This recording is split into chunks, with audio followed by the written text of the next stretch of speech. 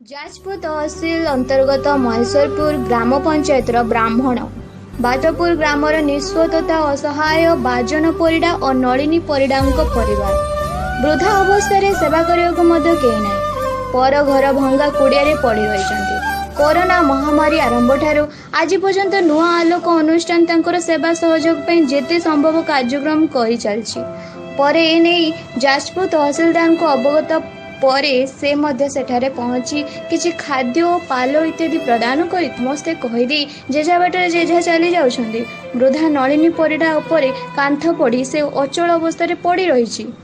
ପୂର୍ବରୁ ନୂଆ ଆଲୋକ ଅନୁଷ୍ଠାନ ତାଙ୍କୁ ଡାକ୍ତରଖାନାକୁ ନେଇ ଚିକିତ୍ସା କରାଇଥିଲେ। ବାଜନ ପରିଡ଼ା ଏବେ ପକ୍ଷାଘାତ ରୋଗରେ ଶଯ୍ୟାଶାୟୀ। ଆଜି ପୁନଶ୍ଚ ନଳିନୀ ପରିଡ଼ାଙ୍କ ଦେହ ଅଧିକ ଖରାପ ହେବାରୁ ନୂଆ ଆଲୋକ ତରଫରୁ ଗୋପାଳ ସାମଲ, ସଂଗ୍ରାମ ମଲ୍ଲିକ, ସନାତନ ବରାଳ ପ୍ରମୁଖ ଯାଜପୁର ବଡ଼ ମେଡିକାଲକୁ ନେଇ ଚିକିତ୍ସା କରାଇବାର ଜଣାପଡ଼ିଛି। Jajpur special bulletin Odisha news.